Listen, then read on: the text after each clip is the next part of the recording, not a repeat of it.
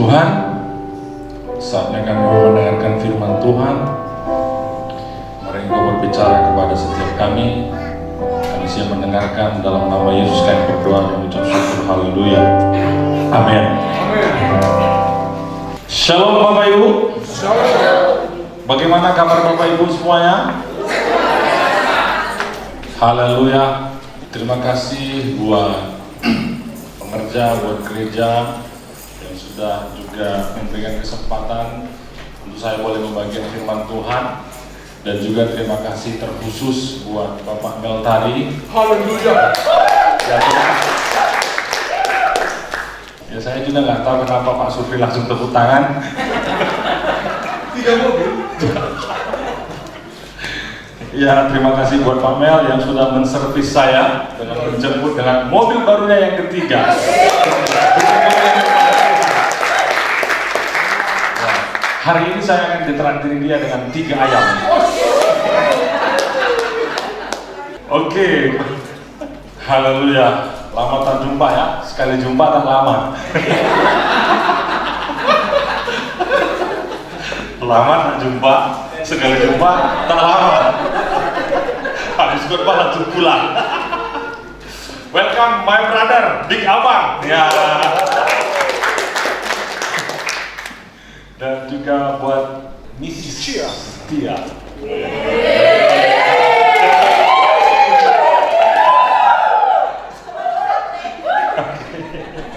Haleluya.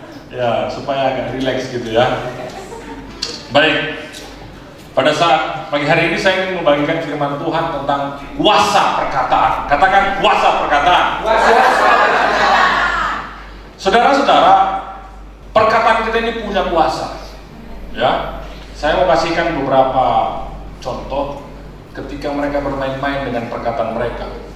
Apalagi ketika perkataan itu dipakai untuk menghina Tuhan atau menyepelekan pekerjaan Tuhan. Ya. Thomas Andrew, seorang perancang dan pembuat kapal Titanic. Ya. Ketika dia mau launching ini kapal, wartawan bertanya, bagaimana kehebatan kapal ini? Wah, saya sudah merancangnya begitu detail dan ini sempurna. Dan kapal ini tidak akan tenggelam. Bahkan Tuhan sekalipun tak akan bisa menenggelamkan kapal ini. Berlayarlah kapal Titanic pertama kali. Hanya bongkahan es yang membuat kapal ini tenggelam. Main-main dia dengan perkataannya. Tancredo Neves, seorang presiden negara Brazil, dia bilang begini pada waktu masa kampanyenya, kalau saya mendapatkan suara 500.000 saja, maka saya tak akan bisa terkalahkan dan tak akan ada yang bisa menggantikan saya presiden. Bahkan Tuhan sekalipun tak akan bisa menggantikan saya menjadi presiden. Pemilihan terjadi saudara, dan memang betul suara dia melebihi 500.000 suara. Tapi sayangnya sehari sebelum pelantikan mati kawan itu. Main-main nih. Sehari sebelum pelantikan mati kawan itu. Saya nggak tahu pernah dengar cerita ini, tragedi Campinas. Ini orang-orang Brazil juga. Ada kumpulan-kumpulan anak-anak muda yang lagi mabuk. Dia menjemput seorang gadis dari rumahnya. Ayo kita pesta. Lalu si anak gadis keluar dari rumahnya. Orang tuanya bilang gini, Tuhan bersama Mona, jangan khawatir ya. Lalu si anak bilang, Mama jangan khawatir, Tuhan pasti bersamaku. Tapi karena mobil ini sudah penuh, kami taruh dia di bagasi. Beberapa jam kemudian, mamanya mendengar berita kalau mobil itu kecelakaan dan semua hancur, semua penumpang meninggal. Yang utuh bagasinya saudara. Dan di dalam bagasi itu ada kotak telur, telurnya pun tak ada yang pecah. Main-main dia dengan perkataan dia. Justru kalah. Sejak dari kecil, dia sudah bilang, suatu hari nanti aku mau jadi presiden. Kita tahu bersama, Yusuf Kala memang tak pernah jadi presiden, belum, atau nggak tahu lagi mana kuasanya Tuhan. Tapi minimal dia menjadi wakil presiden. Dari sejak kecil dia sudah ungkapkan suatu hari aku akan menjadi presiden. Mantan presiden kita, B.J. Habibie, Pada masa kecilnya, dia melihat pesawat terbang di atas kepala dia. Dia bilang, suatu hari nanti, aku yang akan membuat pesawat itu. B.J. Habibie, mantan presiden kita, membuat pesawat. Jadi kuasa perkataan. Mungkin sepertinya sepele ya, tapi memang perkataan kita ini punya kuasa, saudara. Amin. Amin. Coba kita buka Yohanes pasal 1 ayat 1 sampai 3. Yang sudah ketemu katakan amin. Yohanes pasal 1 ayat 1 sampai 3. Saya bacakan firman Tuhan. Pada mulanya adalah firman. Apa katanya? Pada mulanya adalah firman. Firman itu bersama-sama dengan Allah, dan firman itu adalah Allah. Katakan amin. Amin. Jadi memang pada mulanya itu firman. Segala sesuatu dijadikan oleh Dia, dan tanpa Dia tidak ada sesuatu pun yang telah jadi dari segala yang telah dijadikan. Jadi alfa yang pertama itu adalah firman, Bapak Ibu. Bagaimana Allah menciptakan cakrawala, bagaimana Allah menciptakan langit dan bumi, bagaimana Allah menciptakan tumbuh-tumbuhan. Hanya manusia yang tidak diciptakan dengan firman. Itu menunjukkan manusia spesial. Amin. Tapi yang mau saya katakan di sini adalah pada mulanya adalah firman. Jadi firman itu berkuasa. Karena dengan firman-Lah Tuhan menjadikan alam semesta ini. Firman itu apa? Kalau kita pelajari, ada rema dan ada logos. Ya. Kalau logos itu adalah firman Tuhan yang tertulis. Tapi kalau rema adalah firman Tuhan yang langsung diungkapkan, langsung yang dikatakan. Jadi ketika Tuhan menciptakan langit dan bumi ini, Dia pakai firman rema. Ditulislah itu sehingga itu menjadi logos. Jadi Bapak Ibu yang dikasihi Tuhan, yang mau saya katakan bahwa ada kuasa dalam firman. Amin. Amin.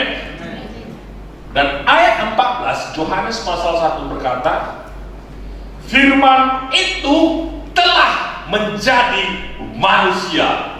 Haleluya. Dan diam di antara kita, dan kita telah melihat kemuliaannya, yaitu kemuliaan yang diberikan kepadanya sebagai anak tunggal Bapa, penuh kasih karunia dan kebenaran. Kuasa perkataan yang pertama bahwa firman itu berkuasa. Dan ayat 14 dikatakan bahwa firman itu, rema itu tadi, yang menciptakan langit dan bumi itu tadi, menjadi manusia. Yang kita kenal siapa? Yesus Kristus. Amin. Saya mau bikin sedikit analoginya. Dan kebenaran ini kita sudah ketahui bersama. Hanya menjadi permasalahannya adalah bagaimana melakukan dan mempraktikkan. Kan begitu kan? Firman itu telah menjadi manusia, dan firman itu adalah Kristus sendiri. Dalam 2 Korintus 5 ayat 17 dikatakan, jadi siapa yang ada di dalam Kristus, ia adalah ciptaan baru. Yang lama sudah berlalu, sesungguhnya yang baru sudah datang. Jadi Bapak Ibu, ketika saya terangkan tadi firman itu, ternyata setiap orang yang terima Kristus, dia punya firman itu. Logikanya berarti saudara punya kuasa itu. Saudara punya kuasa mencipta itu. Saudara punya kuasa menciptakan itu. Amin. Saudara punya kuasa untuk berbicara kepada kondisi saudara, berbicara kepada keluarga saudara, berbicara kepada permasalahan saudara, dan bahkan berbicara kepada masa depan saudara. Kenapa? Jadi siapa dalam Kristus, ia adalah ciptaan baru. Bapak Ibu yang diberkati, firman yang kuasa menciptakan tadi ada di dalam diri Bapak Ibu. Amin. Itu yang pertama. Yang kedua saudara, di dalam 2 Korintus 4 ayat 13, firman Tuhan berkata, namun karena kami memiliki roh iman yang sama, seperti ada tertulis, aku percaya, sebab itu aku berkata-kata. Kuasa perkataan. Kenapa kita harus berkata? Kenapa kita harus berbicara? Karena aku percaya, saudara. Karena aku percaya. Coba Bapak Ibu bayangkan, saya sedang mengadakan pemberkatan nikah di sini. Kita katakanlah, mohon maaf kalau namanya sama, tapi saya bukan sengaja. Menikahlah antara Tigor Pandapotan Silitonga dengan Lamtiur Sianipar.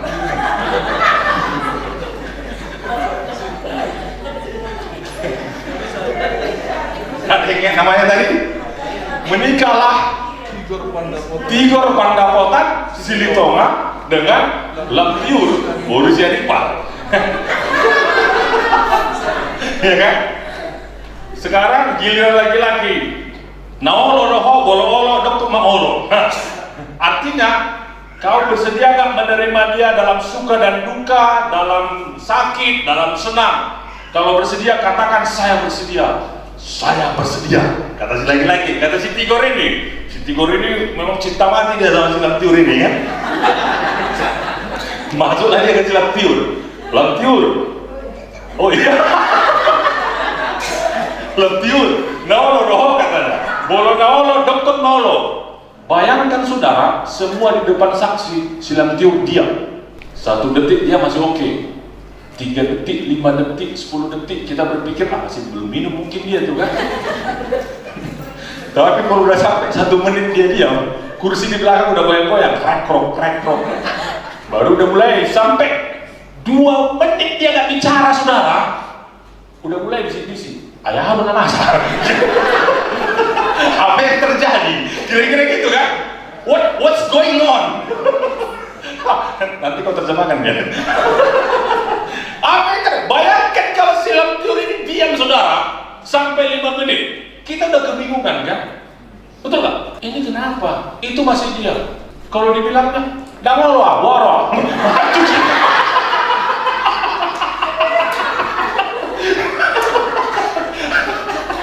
Nah, Lampiur, dango lo waro katanya. Artinya gak bawa kok, kenapa rupanya? Kalau si Lampiur bilang gitu, habis. Tak jadi kita makan-makan. Kuasa perkata.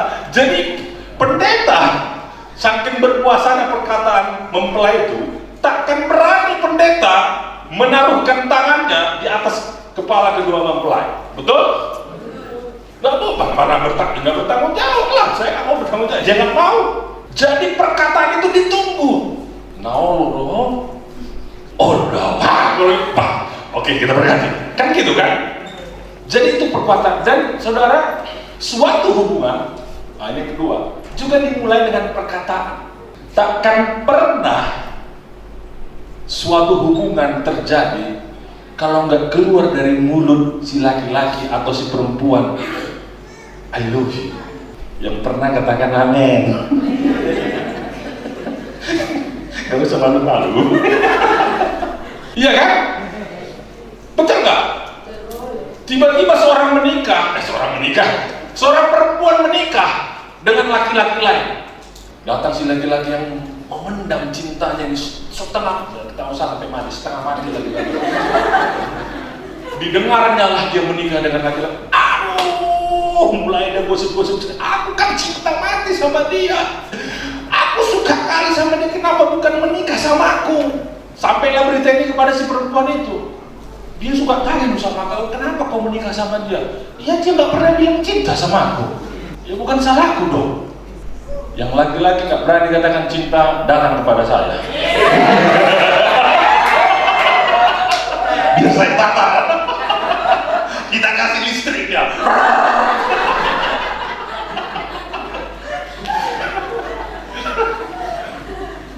Pengalaman saya pernah mengatakan cinta waktu saya umur kelas 3 SMP. Nah, ini istri saya tahu. Jadi walaupun saya cerita di sini bukan berarti istri saya ini nggak tahu dia. Karena kebetulan yang saya suka ini namanya Yohana. Saya Johan gitu kan. Jadi waktu saya bilang, sebelum saya menyampaikan isi hati Bapak Ibu, di rumah.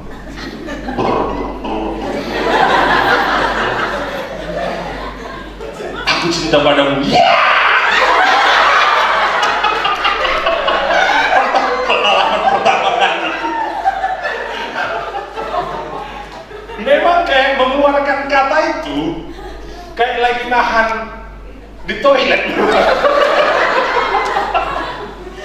Tapi Bapak Ibu, untuk memulai suatu hubungan harus dikatakan. Sama seperti kita menerima Yesus Kristus sebagai Tuhan dan Juru Selamat, harus kita lakukan dengan mulut kita. Roma 10 ayat 9 dan 10 kan? Jika kamu mengaku dengan mulutmu, Tuhan, aku mau menerima Engkau sebagai Tuhan dan Juru Selamat. Amin Bapak Ibu. Harus diungkapkan, harus dikatakan iman itu. Itulah pentingnya perkataan. Oke, sedikit kita melenceng. Karena kebetulan istri saya juga nggak di sini, jadi saya suka bisa cerita-cerita tentang dia. Nah, ini hubungan suami istri. Bapak Ibu, seorang wanita itu hidup dengan telinganya. Paham tak maksudnya? Wanita itu kalau kita bilang I love you, yang tadi marah pun jadi lembut Bapak Ibu. Nah, yang punya istri perlu lah istrinya juga.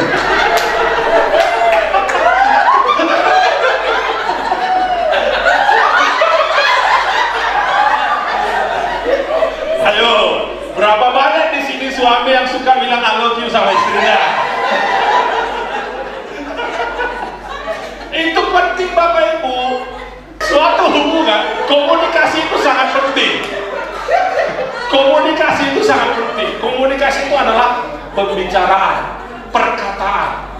Seperti saya bilang, wanita itu hidup dengan telinganya. Istri saya orangnya detail. Saking detailnya, lebih suka dia pekerjaan daripada work orientation, ya, work oriented. Work oriented itu lebih kepada orientasi, itu lebih kepada pekerjaan. Dia nggak akan peduli sama siapapun, pokoknya pekerjaan harus selesai. Orangnya detail, bisa dikatakan perfeksionis, ya. Bayangkan di rumah kami itu lantainya itu nggak boleh kotor. Lalat pun kalau mana bisa licin jatuh dia. Itu saya suka ngepel. Bisa nanti tiap hari. Dan saya bilang nggak capek kau mah. Enggak lah, dan aku sekalian olahraga. Oh ya, sepanjang kau senang. I love you. Detail sekali orangnya. Tapi karena tadi wanita ini hidup dengan telinganya, Allah gombal katanya gitu ya. Gombal dibilangnya, tapi dia tahu, kita lihat wajahnya berubah. Bapak Ibu berubah. Jadi kalau ada clash suami istri, ya, yang bapak-bapak, kalau sudah api itu sudah menyala, jangan disiram lagi sama bensin, siramlah dengan air. Manis sekali kok Mak kalau mau marah.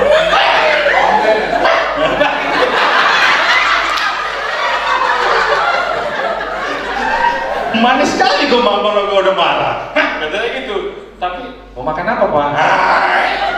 Wanita itu hidup dengan telinganya. Karena itu pria-pria, suami-suami seringlah berbicara. Amin. Amin. Apalagi kita di Batak ini kan agak sungkan ya kita bilang. Saya jujur, bapak saya tak pernah mendengar bapak saya bilang cinta sama mama saya.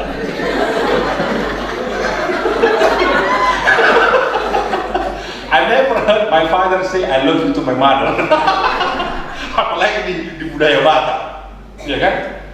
Saya sering khotbah di kumpulan-kumpulan marga itu. Saya sampaikan, risi itu Pak Pendeta, risi. Di mana risi? Kalau gitu kenapa kok kau ini kalau risi? Ya harus disampaikan. Wanita itu hidup dengan telinganya. Sering-seringlah bicara. Sering-sering bilang nalomuan waktu bahwa. Aku ingin cepat pulang ini. Yang kedua, wanita itu suka kejutan. Entah apapun itu, asal kalian bilang aja, ini surprise dari aku. Oh ini sedikit melenceng kita ya. Tapi kepada yang saya mau katakan adalah bicara, ungkapkan isi hatimu. Karena memang setelah itu, dan tidak ada keluarga yang sempurna, Bapak Ibu. Tidak ada keluarga yang sempurna. Saya sama istri saya diam-diaman, SKT. SKT itu nggak ngomongan. Tapi kita punya prinsip bahwa di dalam keluarga lah ada cinta. Amin. Nggak ngomong sehari pernah, 2 hari pernah, 3 hari pun pernah. Tapi biasanya memang yang nggak tahan dia memang.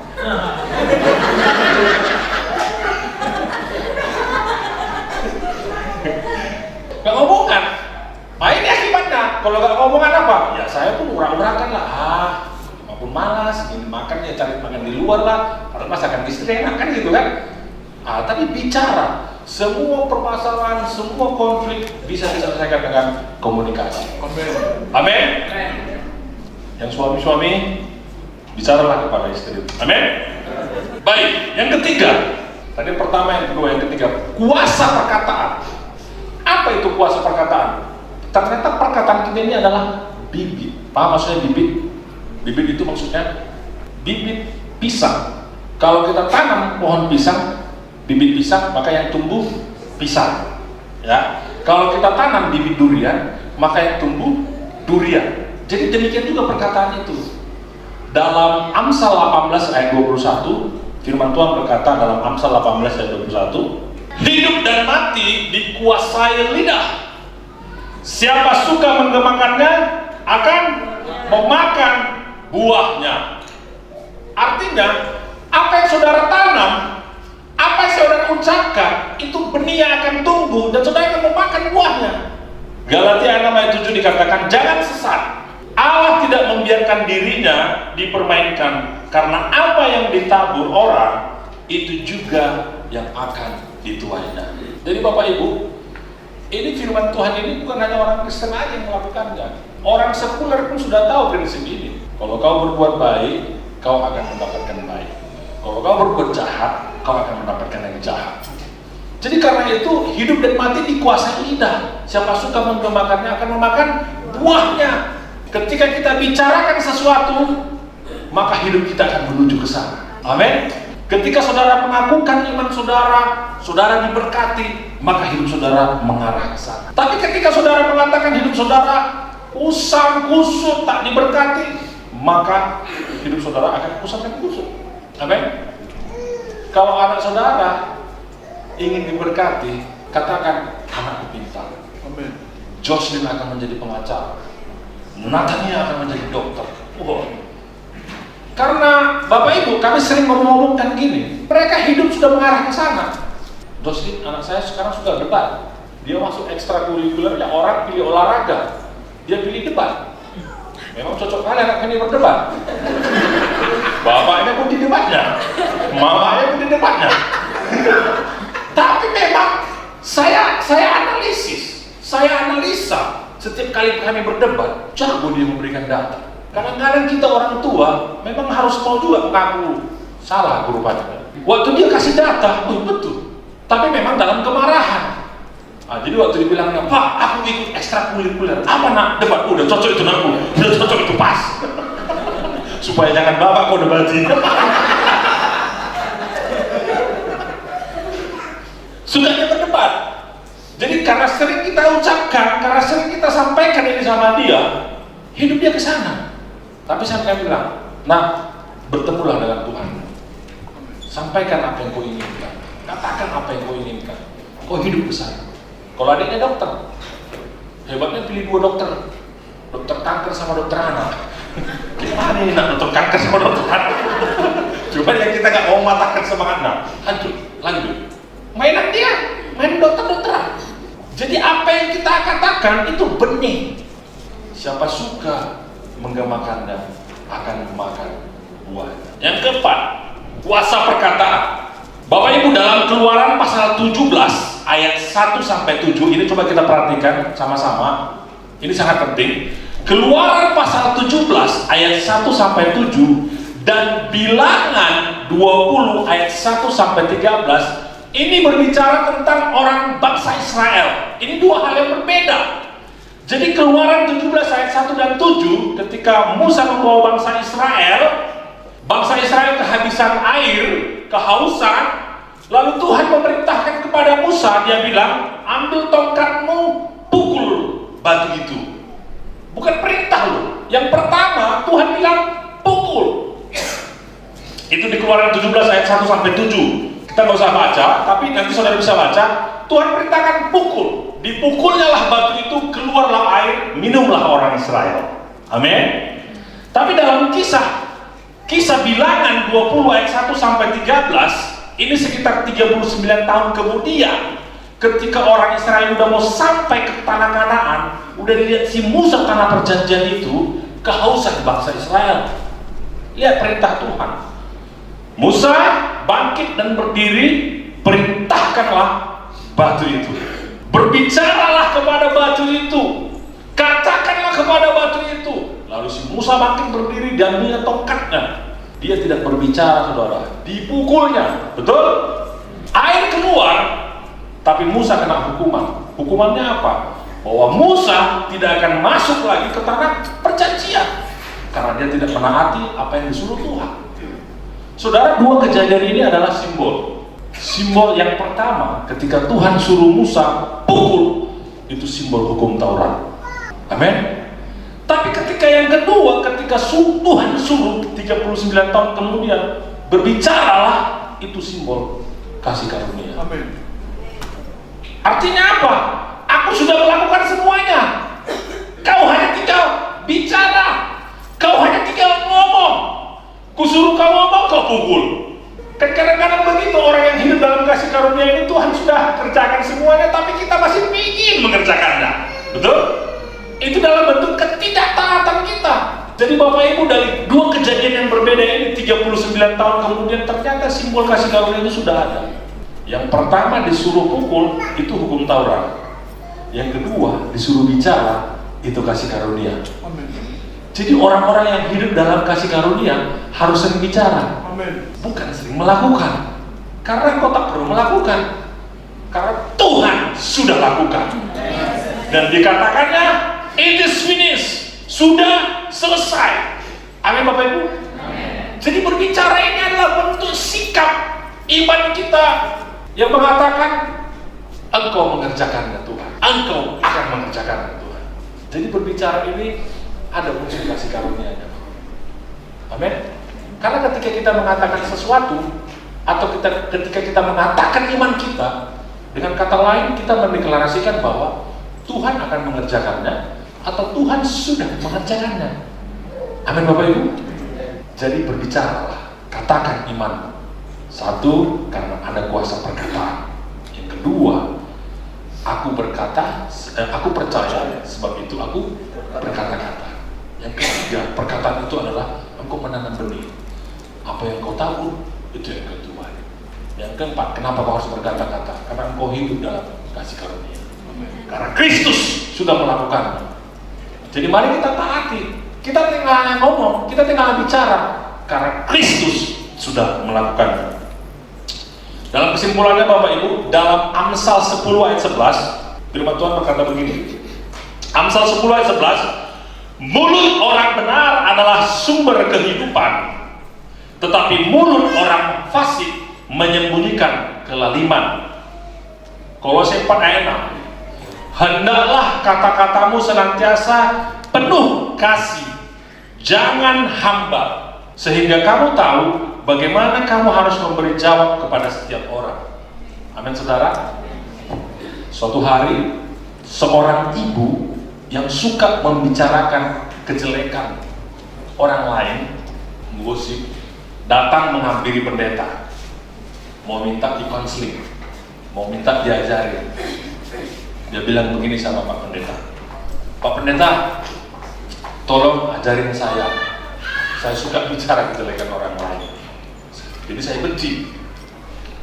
Lalu Pak Pendeta ini berdoa sejenak, Tuhan kasih dia hikmat. Ibu, besok pagi coba ibu pergi ke pasar. Oke Pak Pendeta, siap. Oke, jangan lupa sebelum ibu pergi ke pasar bawa kemocengnya namanya yang ada bulu ayam itu kan. Bawa kemoceng bulu ayam. Nah waktu ibu mau ke pasar, setiap langkah cambuti bulu ayam itu. Datang si ibu ini, agak aneh pendeta ini. Telepon lah kan, pergilah dia pagi-pagi. Dibawanya lah kemoceng itu kan. Langkahnya, cabutnya 1 bulunya, cabutnya 2 bulunya, cabutnya 3 bulunya, cabutnya 2 bulunya, dibuangnya ke dalam, cabut. Udah kayak orang gila lagu ini bu pendeta ini kata itu kan. Sampai lagi di pasar, telepon dapat pendeta, sudah kucabuti Pak Pendeta, apa lagi yang harus kukerjakan? Sekarang ibu mau pulang, kumpulkan yang ibu cabut itu tadi. Datang ibu ini kan, dikumpulinya lah. Ada yang dapat, ada yang udah berterbangan ke sana, ada yang sudah ke sana, diteleponnya, nggak bisa Pak Pendeta. Begitulah ibu. Kadang-kadang perkataan yang sudah keluar tak bisa lagi ibu tarik. Perkataan ibu yang sudah membuat kejelekan orang lain, ibu nggak bisa lagi cabut, ibu nggak bisa lagi tarik, ibu nggak bisa betulkan lagi. Solusinya minta maaf. Sampaikan kepada dia, katakan juga permintaan maaf. Artinya apa? Jangan katakan semua yang kau ketahui, tapi ketahuilah semua yang kau katakan. Paham ini Bapak Ibu? Pamel paham?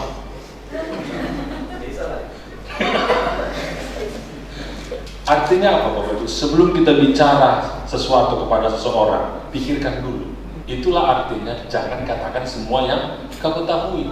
Ya kalau memang ternyata yang kau katakan itu akan menyakiti dia, artinya sementara prinsip kasih kita kan menutupi kesalahan. Jangan katakan semua yang kau ketahui, tapi pastikan ketahui semua yang kau katakan. Jangan nanti Bapak Ibu, oh nggak pernah aku bilang itu, nggak pernah aku bilang itu, nggak pernah aku bilang itu, padahal direkam, kan gitu. Itulah tadi makanya ketahuilah semua yang kau katakan. Nah, jadi prinsip tadi, mulut orang benar adalah sumber kehidupan.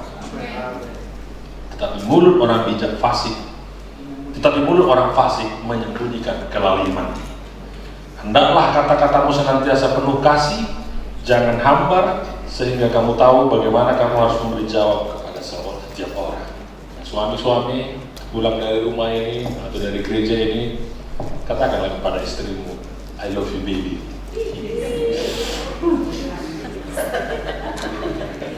I love you sayang, ya kan?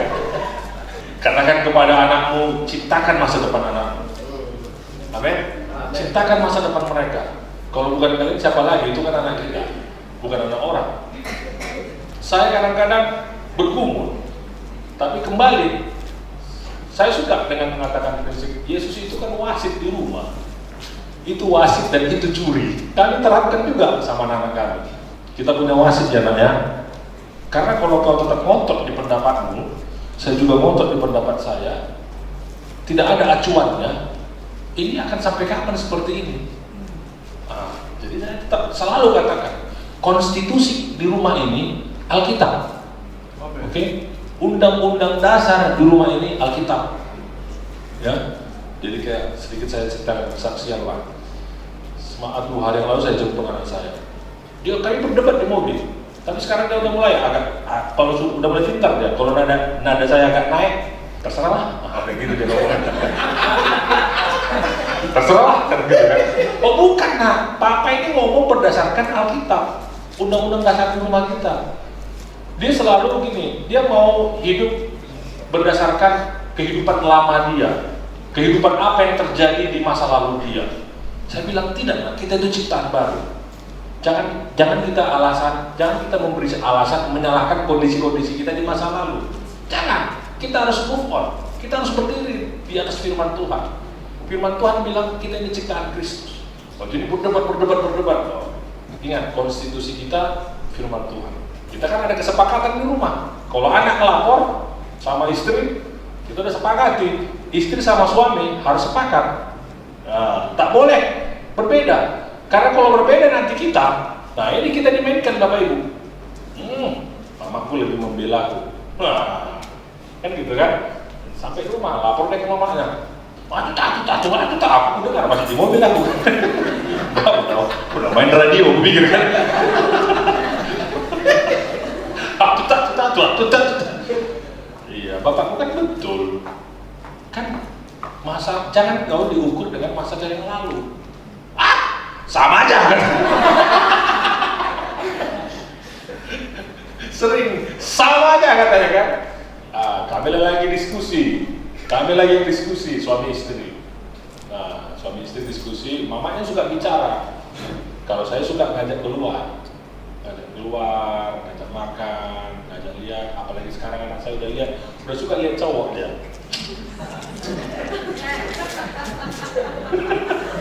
Anak saya yang kedua masih kelas 4 SD. Tadi pagi baru ngantar saya. Aku dicek loh, Pak. Iya.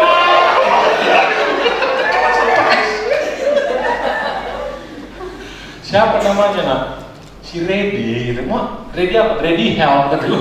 Siap menolong namanya. Iya. Lucu namanya. Namanya Ready Help. Siap menolong. Memang namanya Ready Help.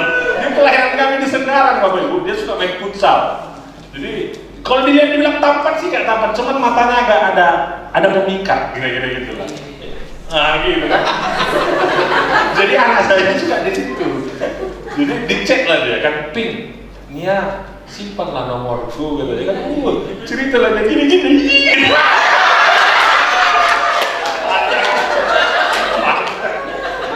Aku bilang, nah kalau kau jangan dulu lah, kalau kakakmu boleh, tolong ya jangan macam-macam ya. Saya bilang, iya aku gak ada balas loh Pak, cuma hatinya kayak apa namanya merona, aku gak ada balas, tapi aku tahu dia suka, dia suka jadi chat. Dia simpanlah nomorku katanya gitu, aduh bahaya ini.